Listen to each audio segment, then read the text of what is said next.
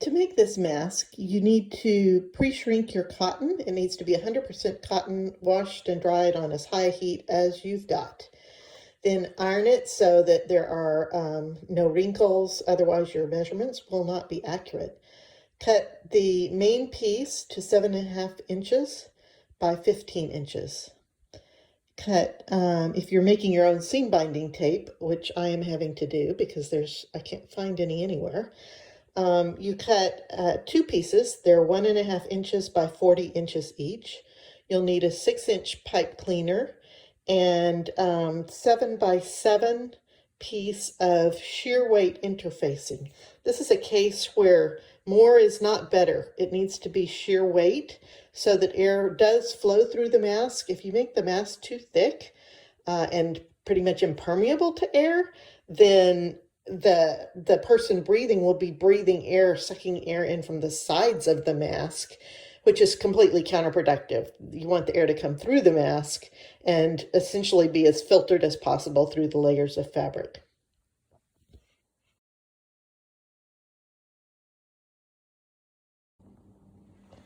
Some people prefer not to sew this at all and just do it with the iron, so I'm going to demonstrate how to do that.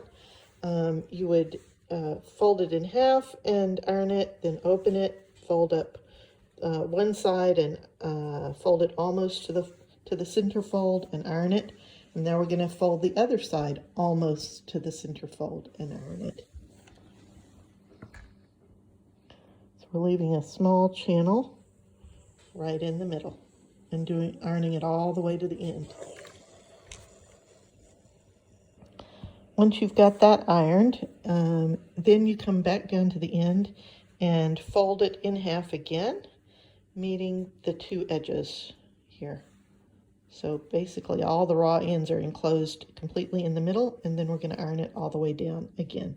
Once you're finished ironing your seam binding tape, it should look like this.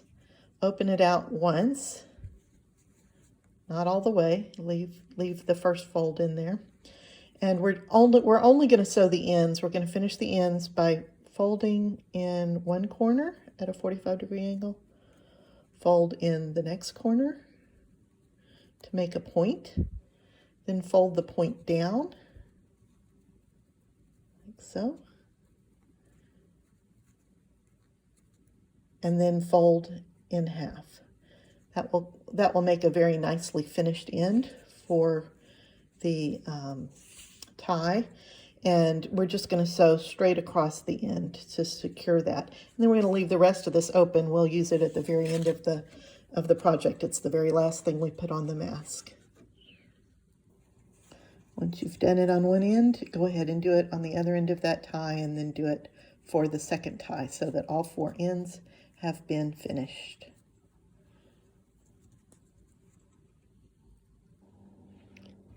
We're now ready to apply the interfacing.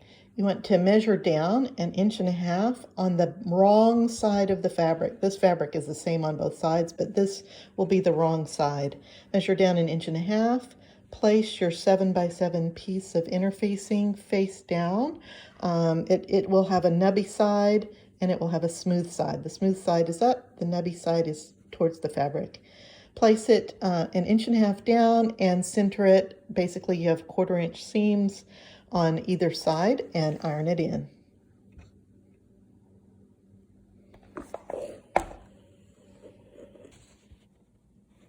Back at the machines, you're going to want to finish the ends. So you want to finish either with a zigzag or a serger, this top end and the bottom end.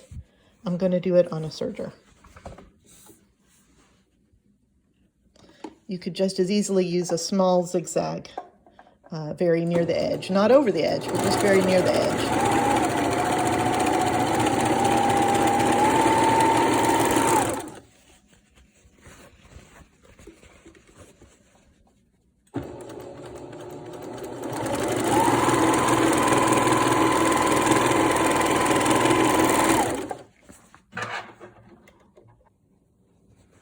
All right, now that the ends are finished, we want to fold the right sides together and match up these ends that we just finished. And then we're going to want to sew a scant 1/4 inch seam, 1.5 inches in on either edge, from either edge. So it just so happens that my strike plate is exactly 1.25 inches. It ends at 1.5 inches from my needle. We're sewing in 1.5 inches. So I'm just going to sew until the fabric, hits the edge of that strike plate. And then reverse, because this will be an open seam right here. So you want to reinforce that inner part, and then turn it over, do the same thing on the other side, align the edges, and then sew a scant 1/4 inch seam in 1.5 inches.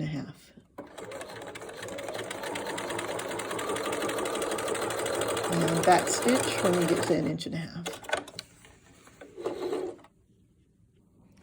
We now have a tube, okay? And we want to press that seam open.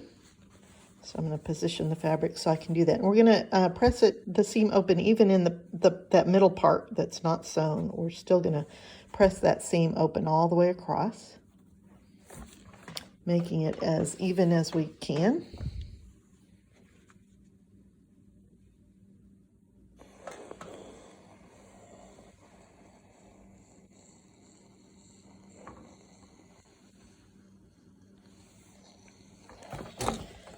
And then we're going to want to sew those seam allowances down. So to do that, the easiest way to do that is to actually turn it inside out. So turn it inside out so that the seam is on the inside. And then we're going to want to just anchor those seam allowances down, sewing real close, like 1/8 of an inch from the middle. Taking care that we do not capture any other fabric. And when we get to this middle part, see, we're still sewing that seam allowance down.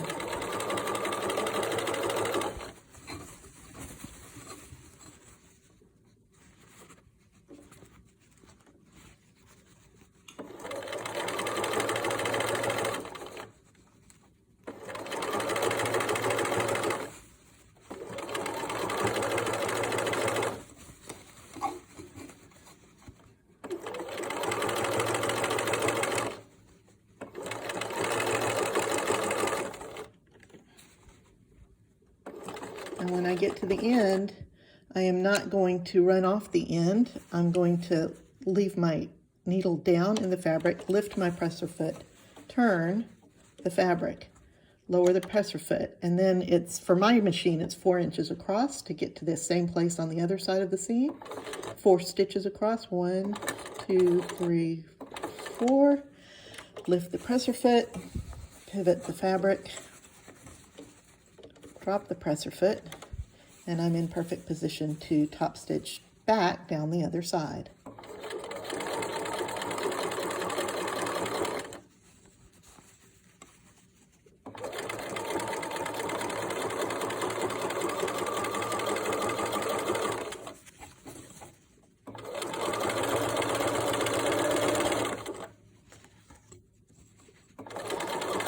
And this time I can just sew on off the end.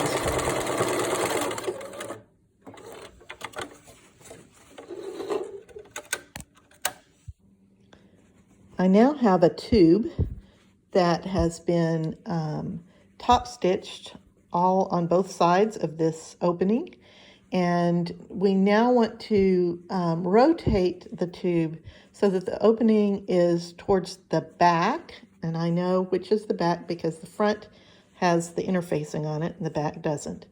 If you rotate the wrong way, it'll look the same, but the interfacing won't be facing away from you. So make sure that you've got it turned So the interfacing, or the front, this is going to be the front of the mask, this interfaced part is the front, that it's facing away from you, and you've rotated.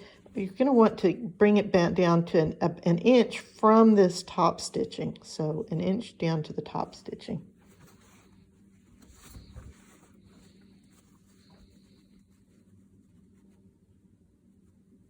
There we go, about like that. And then go ahead and iron that in. And iron the other end as well. There's no seam down there, but this will just keep things steady. Now what we're about to do is make the casing for the pipe cleaner. So we're going to fold this over, taking care to, keep that inside fabric nicely tucked in. We're going to fold this right down to where it's flush with the top of the slit, but not catching the bottom of the slit. Then we're going to top stitch this casing, all right? And we're going to do it in two parts, because what I'm going to do is I'm going to top stitch along the top fold, then I'm going to insert the pipe cleaner, close it, and then top stitch down the bottom. And then when I'm done, I'll top stitch both ends about like that, just to completely encase that pipe cleaner. So let's start by top stitching the fold. You want to get as close to the fold as you can without running off. So, a 1/16 of an inch, something like that.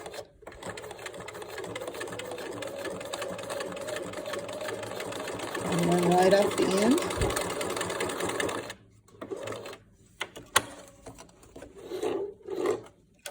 Then I'm going to grab the pipe cleaner and I'm going to actually insert it right in there.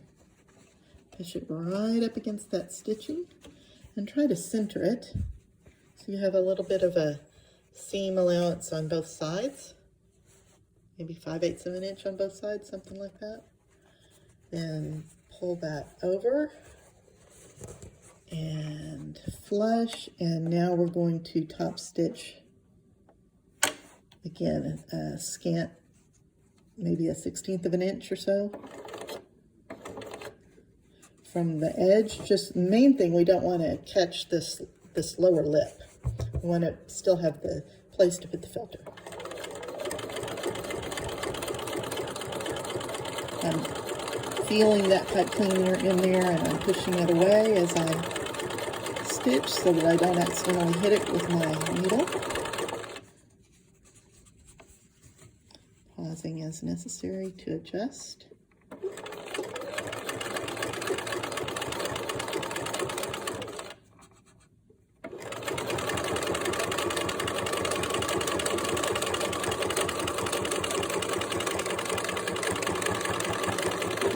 Right off the end. Now I'm going to feel for the ends of my pipe cleaner, all right? And I just want to top stitch near to the end, not at the end exactly. I don't want to, I just want to keep it from sliding out the seam later. So I'm just going to run a quick little top stitch right across this end and right across the other end. All right, that looks great. We've got the pipe cleaner. We can see that our pocket for our filter, our N95 filter, should they have one to insert, is there and available. So now we're really almost done. The next thing to put in is the pleats. Now I have prepared a template using a 4x6 card, and what I've done is drawn a line 1 inch down from the top, then 2 1/2 inch lines, then 3/4 of an inch, then 2 1/2 inch, then 3/4 of an inch, then 2 1/2 inch. And I'm going to put that, I'm going to bump that top of that card right up against that lip that we just folded over. And I'm going to use either you can use a fabric marking pencil or even just a regular old colored pencil is what I'm using right here. And I'm just going to mark in the in the seam allowance. We're going to have about a 1/4 inch seam allowance over here, so we got room. I'm going to mark those 1/2 inch stripes. And I'm going to mark them on both sides.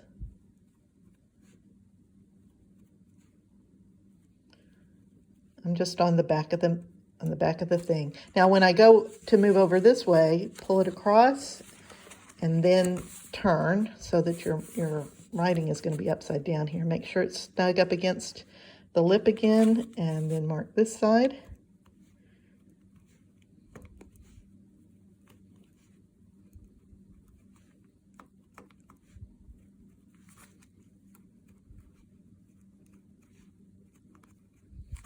Okay. Now we're ready to do our pleats. All right, to do the pleats, we're going to lift up on the center.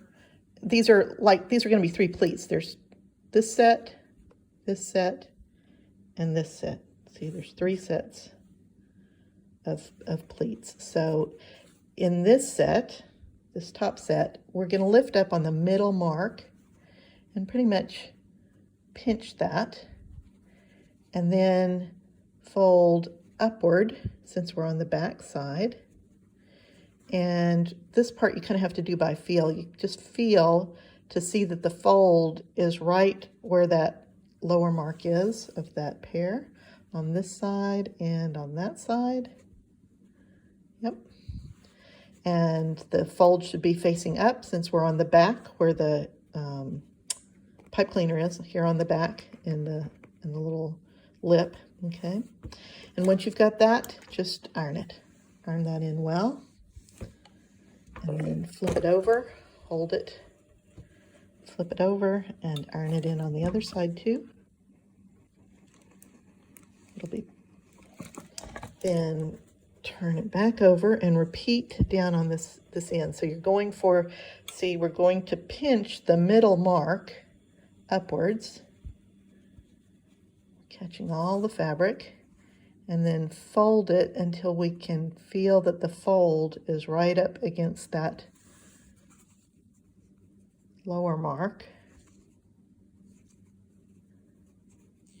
Once you feel it there, give it an iron, press it on this side, turn it over, press it on the other side.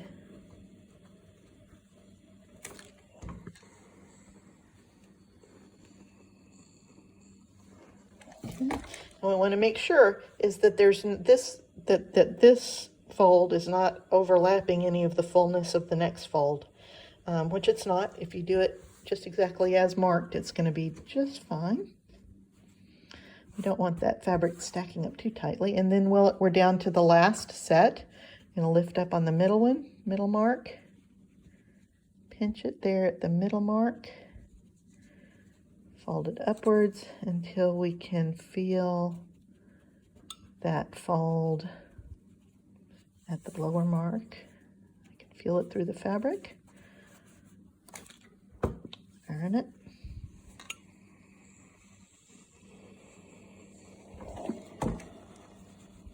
Turn it. Kind of reposition. Iron.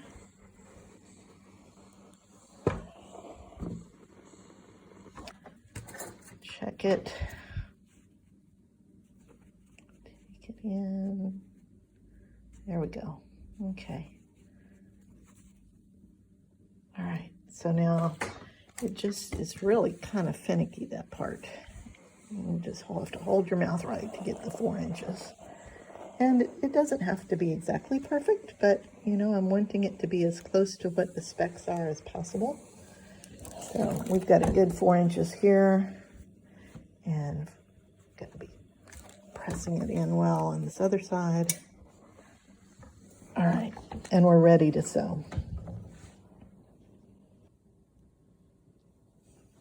Okay, we're just going to sew a very scant, this again is, we're just like 1/8 of an inch in, not much at all. This is only really basting just to hold the pleats steady while we put the straps on.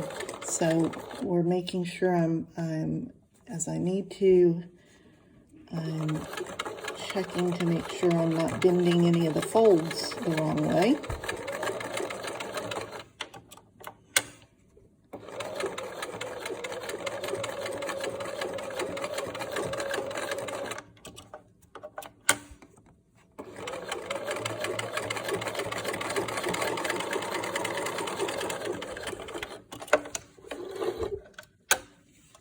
And do it on the other side.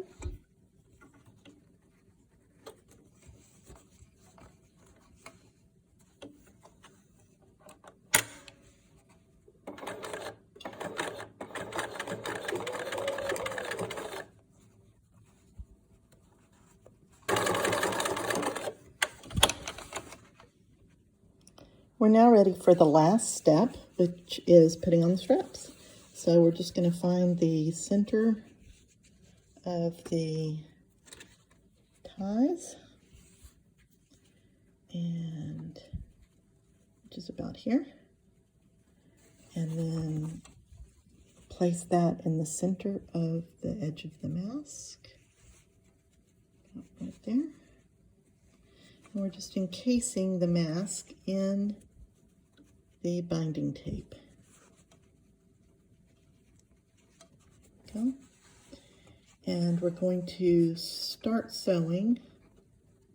As soon as we've got it firmly butted up into the edge of that binding tape, we're going to sew it using a top stitch.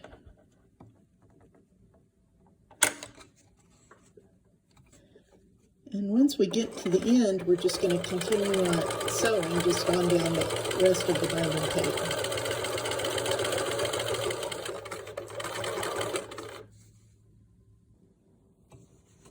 When you've got that done, turn it over and go to the other end of the strap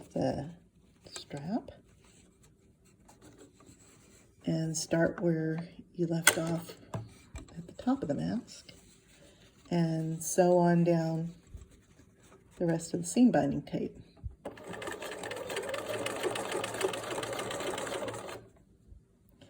Making sure that you fold it in. That's why we ironed it, so that it would be easy to do.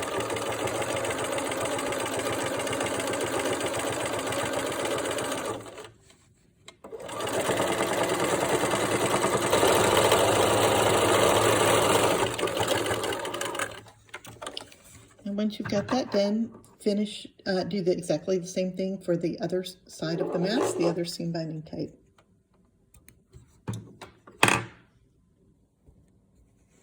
And there you have it. We have a mask that is pleated,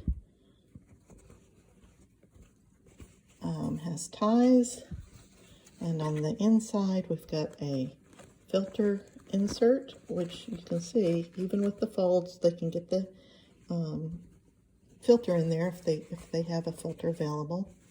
And then it also has the little nose piece that bends and holds. It's great. It takes a lot longer to show you how to do this and to explain it than to actually do it. It doesn't take long at all to make 1 or 50 of these masks.